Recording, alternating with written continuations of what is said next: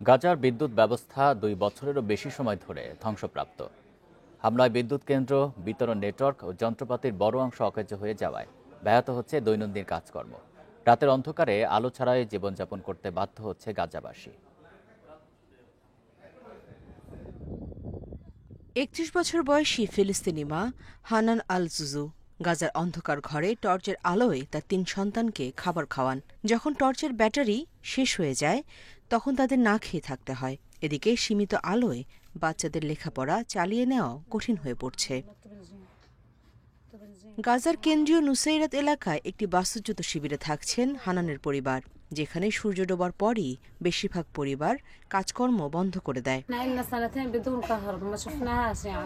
সূর্য ডোবার পর ও মাগরিবের আজান হলে আমরা অন্ধকারেই থাকি।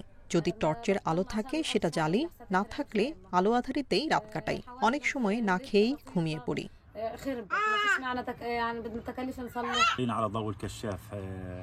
আমরা এখনো ব্যাটারি চালিত টর্চের আলো ব্যবহার করি, কারণ কোনো বিদ্যুৎ বা চার্জিং পয়েন্ট নেই। বাইরে চার্জিং পয়েন্টে টাকা দিয়ে টর্চ চার্জ করে নিয়ে আসতে হয়। তবে আজকাল রোজকার জীবনের খরচ সামলাতেই বেগ পোহাতে হচ্ছে। যুদ্ধের আগে গাজা মূলত ইসরায়েল থেকে আমদানি করা বিদ্যুতের ওপরই নির্ভরশীল ছিল, যদিও সরবরাহ ছিল অনিয়মিত। গাজার কর্মকর্তাদের তথ্য অনুযায়ী ইসরায়েল থেকে ১২০ মেগাওয়াট বিদ্যুৎ পাওয়া যেত, আর গাজার একমাত্র বিদ্যুৎ কেন্দ্র সরবরাহ করত আরও ৬০ মেগাওয়াট। ২০২৩ সালের অক্টোবরে হামাসের আকস্মিক হামলার পর ইসরায়েল গাজা উপত্যকার সার্বিক কার্যক্রম পুরোপুরি অচল করে দেয়।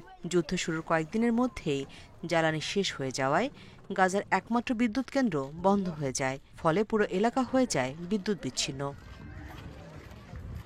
যুদ্ধের কারণে গাজায় বৈদ্যুতিক অবস্থা পুরোপুরি নষ্ট হয়ে যাওয়ায় কিছু স্থানীয় বাসিন্দা সৌরশক্তি বা ব্যক্তিগত জেনারেটর ব্যবহার করে চার্জিং পয়েন্ট চালাচ্ছেন।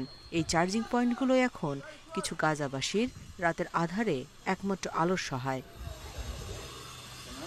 গত মাসে যুদ্ধবিরতি কার্যকর হলেও গাজা এখনও বিদ্যুৎহীন।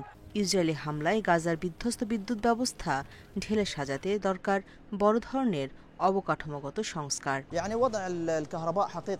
আমাদের নানা রকম যন্ত্রপাতি ও সরঞ্জামের খুবই প্রয়োজন, যেমন ভারী মালামাল তোলার ক্রেন, খুঁটি এবং ট্রান্সফরমার। প্রকৌশলী দল এবং তাদের সরঞ্জাম পরিবহনের জন্য গাড়ি দরকার। নেটওয়ার্ক সম্প্রসারণের জন্য দরকার ক্রেন। গাজার বিদ্যুৎ বিতরণ নেটওয়ার্কের ৮০% ধ্বংস হয়ে গেছে, জানিয়েছেন গাজার বিদ্যুৎ কোম্পানির মিডিয়া পরিচালক। গুদাম ও যানবাহন সহ রক্ষণাবেক্ষণকারী যন্ত্রপাতির ৯০% ধ্বংস হয়েছে। প্রাথমিক হিসেব অনুযায়ী ক্ষতির পরিমাণ প্রায় $৭২৮ million. Nusrat Zarin, independent news.